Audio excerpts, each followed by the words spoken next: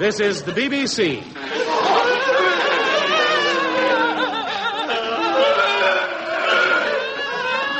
Oh, come, dear listeners. You know, it's not that bad. Of course not. Come, Mr. Greenslade. Tell them the good news.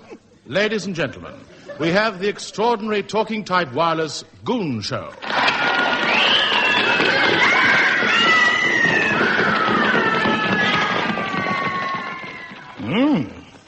Is the popularity waning?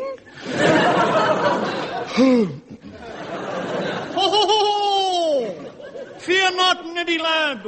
We'll jolly them up with a merry laughing type joke show. Stand prepared for the story of Napoleon's piano.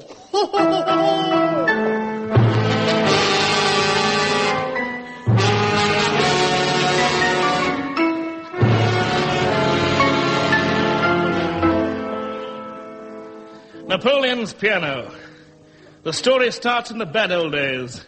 It was early one morning, and breakfast had just been served at Bewley Manor. And I was standing at the window, looking in.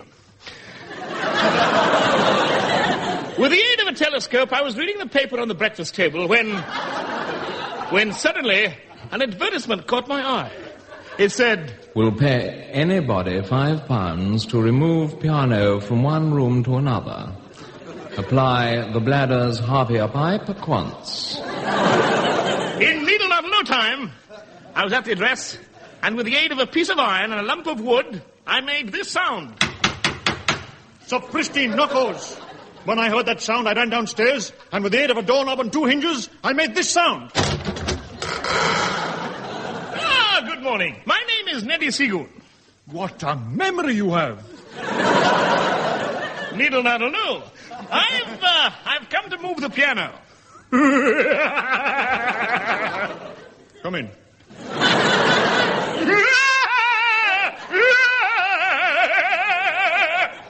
Thanks.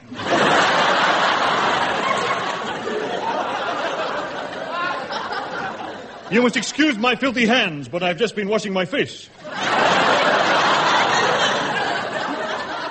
Hurry up, Jim. Yes? Can I borrow your shoe? I want to read the paper. I'm sorry, Tom. We appear to have company. This gentleman has come in answer to your advertisement. Oh, how lovely. Come in, sit down. Thank you. Have a gorilla. No, thanks. I'm trying to give them up.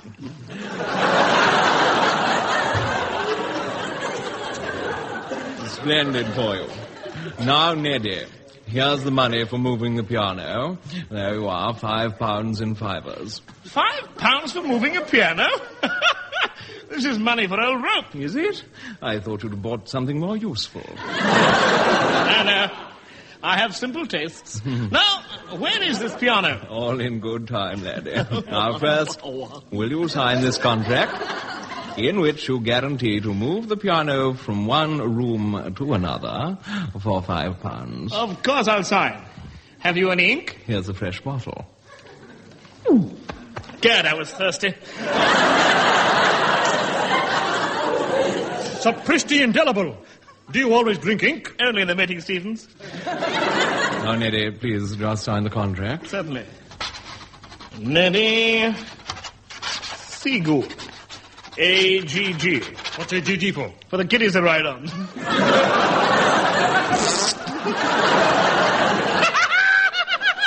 Are you sure you won't have a gorilla? No, thanks. I've just put one out. I see. Now, which room is this piano in? It's in the Louvre. Strange taste to have. We refer to the Louvre Museum. What? You mean the piano's in Paris? Yes. I've been tricked.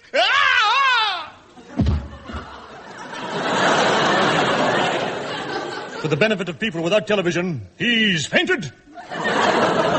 Don't waste time. Open his jacket and take the weight of his wallet off his chest. Aha! He's still out cold. See if this brings him round. Comrades, ever since we were boys, where am I? England. What number? 7A. Have a gorilla. No, they hurt my throat. Oh, naughty gorillas. Wait! Now I remember. You've trapped me into bringing back a piano from France for only £5. You signed the contract, Neddy.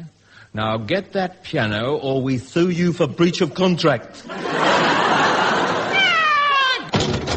Gad Moriarty, if he brings that piano back, we shall be well in the money. That piano must be worth at least £10,000. How do you know? I've seen its bank book. That is the very piano Napoleon played at Waterloo. No wonder we lost. Yes. With all that moolah, we can have a wonderful slap-up holiday. Oh, April in Paris. I say, poor Neddy must have been at his wits' end. Faced with the dilemma of having to bring Napoleon's piano back from Paris, he went to the Foreign Office for advice on passports and visas. Oh, that must be the Prime Minister at the door. Yes, that must be the Prime Minister. Coming. Yes. Tell him we're very sorry. Sorry for what, Henry? Make something up. Anything will do. We're very sorry. Oh. You're not the Prime Minister. Not yet, but it's just a matter of time. My name is Neddy Seagoon. Do you want to buy a white paper? No, thanks, I'm trying to give them up. Oh. So are we. I want a few particulars. You see, I want to leave the country. He's going to Russia. Stop him! Stop him!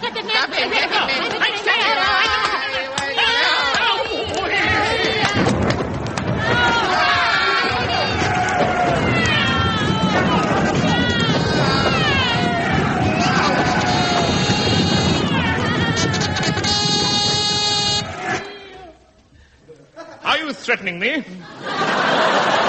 Now get out! I will, but not before I hear musical saboteur Max Goldry.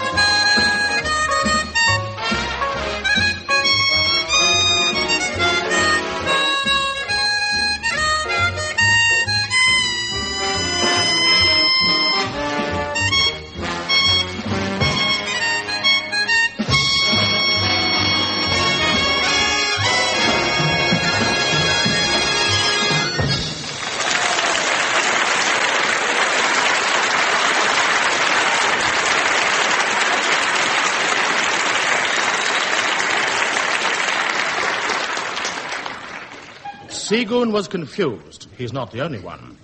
It seems that with no more than a fiver, the cheapest way to Paris was to stow away on board a Channel steamer.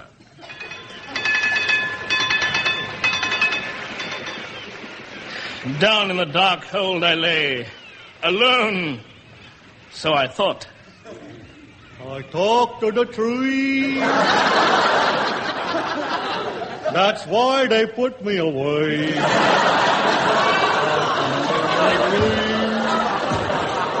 The singer was a tall, ragged idiot. He carried a plasticine gramophone and wore a metal trilby. Metal Trill. Oh, hello, shipmate of mine. Where are you going on?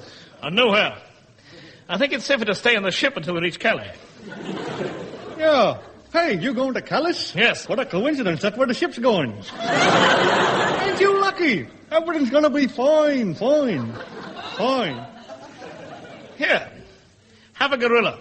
Oh, thanks.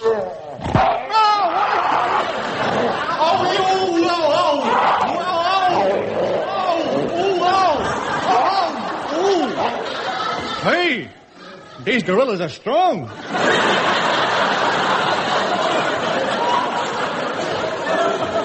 Here, have one of my monkeys. They're milder. And so for the rest of the voyage, we sat quietly smoking our monkeys. At Calais, I left the idiot singer. By sliding down the ship's rope, in French, I avoided detection and made for the Louvre. Late that night, I checked into a French hotel. Next morning, I sat in my room eating my breakfast, when suddenly, through the window, a fork on the end of a long pole appeared. It tried to spear my kipper. Who the blazes are you, sir? I'm sorry.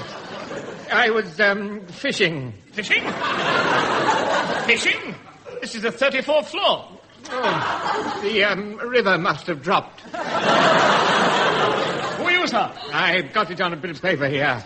Let's have a look. Oh, yes. Major Dennis Bloodknock, late of the 3rd Disgusting Fusiliers. OBE, MT, MT, and MT. What are all those MTs for? I get tuppence on each of them. Oh! I'm in condition tonight. Oh!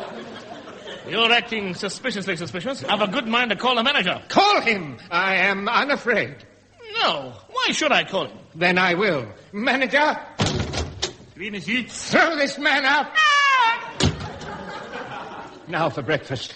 See, kippers, toast. Oh, yes. Wait, what's this coming through the window? Flatten me cracker and nosh me slappers. It's a fork on a pole, and it's trying to take me kipper off me plate. Oh, I say, who is that? I'm sorry, I was just fishing. What? I've a good mind to call the manager. Go on and call him. No, why should I? Then I'll call him. Watch me turn the tables, listeners. Manager? Oui, monsieur? Throw this man out of my room! Alone in Paris. I went down to the notorious Café Tom, proprietor Maurice Ponk. I was looking for a man who might specialize in piano robberies from the Louvre. Good evening. You are looking for a man who might specialize in piano robberies from the Louvre? How do you know? I was listening on the radio and I heard you say. Good. Sit down. No, thank you. I'm naked. Garcon? 2 glasses of English port-type cooking sherry. Now, have a gorilla. No, thanks. I only smoke baboons. Good show. Yes, baboon show.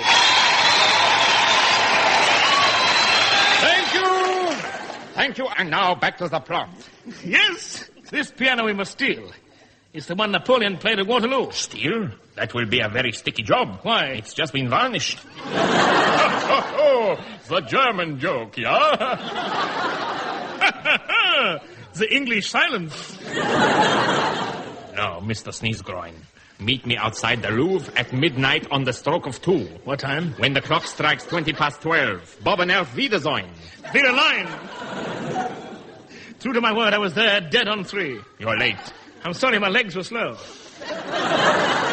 You will have to buy another pair. Now, Neddy, this is the map plan of the Louvre and the surrounding streets. Right. Now, you take one end of this map. That's right. Unfold it. Out the way. Huh? Mm-hmm. That's right. There we go.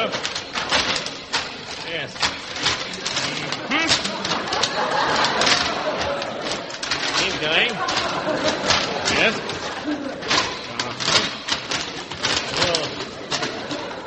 It's big, isn't it? Yes, it is. This bit here shows the Rue de la Paix. Good heavens, you're miles away. Walk straight up that street, take the second on the left, and I'll be waiting for you. I took a taxi. It was too far. Now we disperse and meet again in the Hall of Mirrors when the clock strikes twinge. At midnight we strike.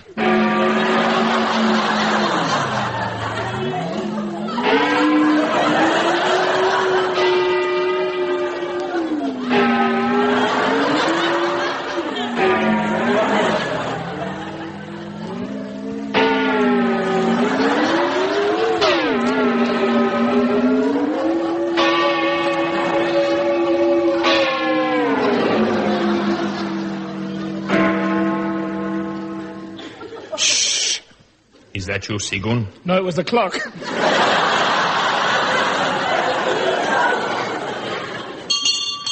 Everybody out. Closing time. Quick! Quick! Hide behind this pane of glass. But you can see through it. Not if you close your eyes. Keine Geblungen, you are right. Are all your family clever? Only the crustaceans. Everybody out. And that goes for you idiots with your eyes shut behind the sheet of glass. You fool, you can't see us. Yes, I can. Get out or I call the police. You anti-Bismarck swine! I shoot! No, not through the glass. You'll break it. First, I'll make a hole in it. Good. There. Now, shoot through that. Oh, you killed me. On me foutra à la porte. You get me this sack. Oh, I die. I fall to the ground. Oh, I die.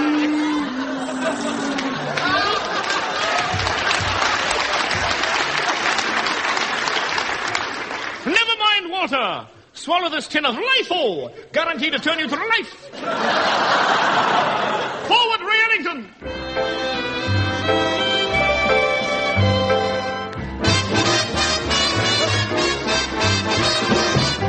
Now, just because you're pretty and you think you're mighty wise, you tell me that you love me, then you roll those big blue eyes.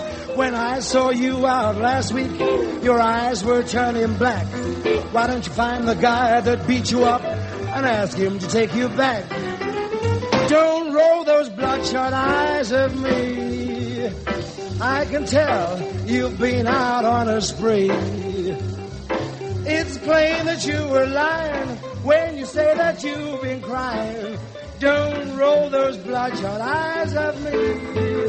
Yes, I used to spend my money to make you look real sweet. I wanted to be proud of you when we walked down the street. Now don't you ask me to dress you up in satins and in silk. Your eyes look like two cherries in a glass of buttermilk. Oh, don't roll those bloodshot eyes at me. I can tell you've been out on a spree. Yes, it's plain that you were lying when you say that you've been crying. So don't roll those bloodshot eyes at me.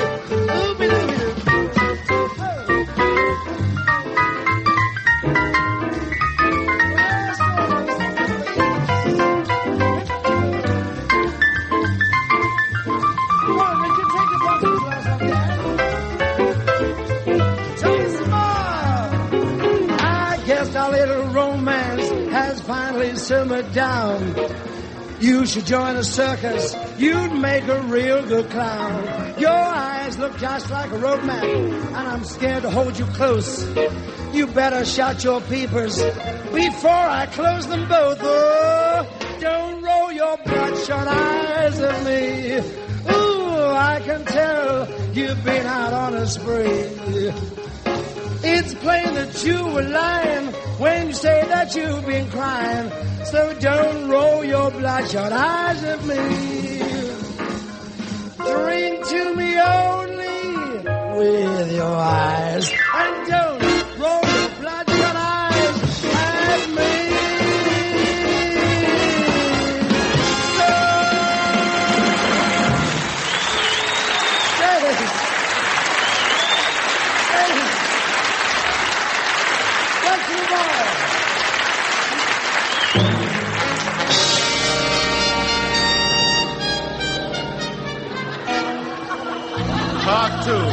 in which our heroes, their purpose almost accomplished, are discovered creeping up to the piano.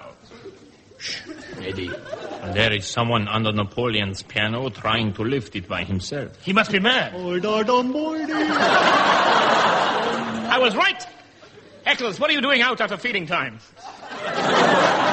I signed a contract that fooled me, Marquis, into taking this piano back to England. What? You must be an idiot to sign a contract like that. Now help me get this piano back to England. Together, lift. What's the old tennis frame? No. It's too heavy. Put it down. Here. It's lighter when you let go, isn't it? I have an idea. We'll saw the legs off. Good. Eccles, give me that special piano leg saw that you just happened to be carrying. Thank you. Now.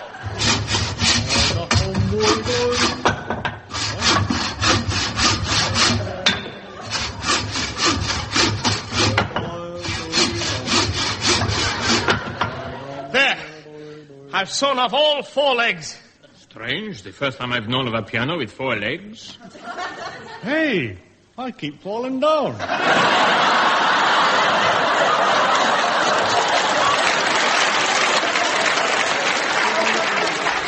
I'm terribly sorry, Eccles. Eccles, here.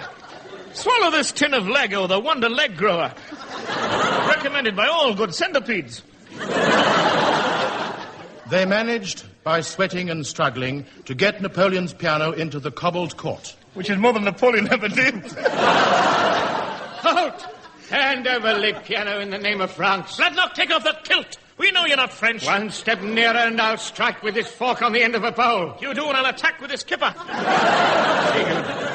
You must let me have that piano. You see, I foolishly signed a contract that forces me to... Yes, we know. We're all in the same boat. Oh. We have no money, so the only way to get the piano back to England is to float it back. All together, into the English Channel. Ho! All aboard HMS Piano.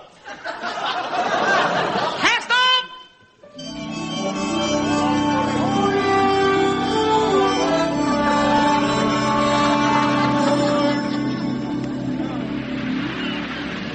The log of Napoleon's piano. December the 3rd. Second week in English Channel. Very seasick. No food, no water. Blood knocked down with the lurgy. Eccles up with the lark. Goon, take over the keyboard. I can't steer it anymore. Eccles, take over the keyboard. I can't. I haven't brought my music.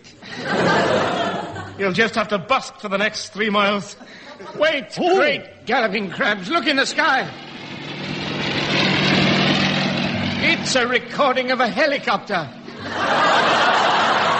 Saved! By St. George, saved! Yes!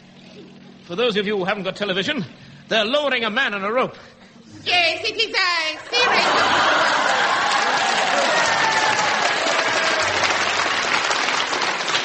Direct from HMS Boxers. Signals applause. Please! I have drunk my fill of the clapping. Little stinking admiral, Yes. you have arrived in the nick of time. Silencio! I must do my duty. Hurriedly runs up cardboard Union Jack. 3 cheers for the Empire. Hip hip, hooray! Hip hip, Have you come to save us? hooray! Rockall is now British. Cements in brass plate. Steps back to salute.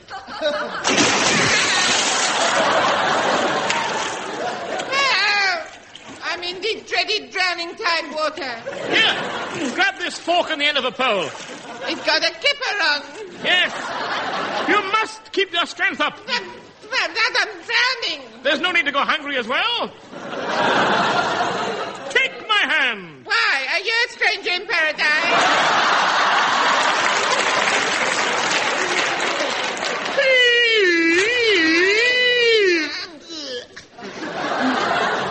For those without television, I've pulled him back on the piano. Piano? This is not a piano. This is Rocco. This is Napoleon's piano. Oh, no, it is not.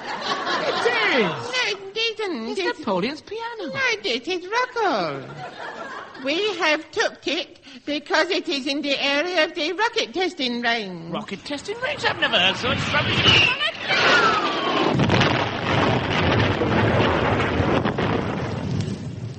What do you think, dear listeners?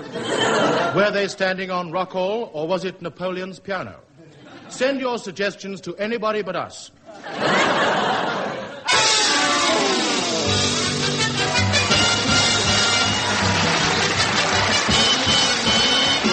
That was The Goon Show, a BBC recorded program featuring Peter Sellers, Harry Seacombe and Spike Milligan, with the Railington Quartet and Max Geldray. The orchestra was conducted by Wally Stott, script by Spike Milligan, announcer Wallace Greenslade, the program produced by Peter Eden.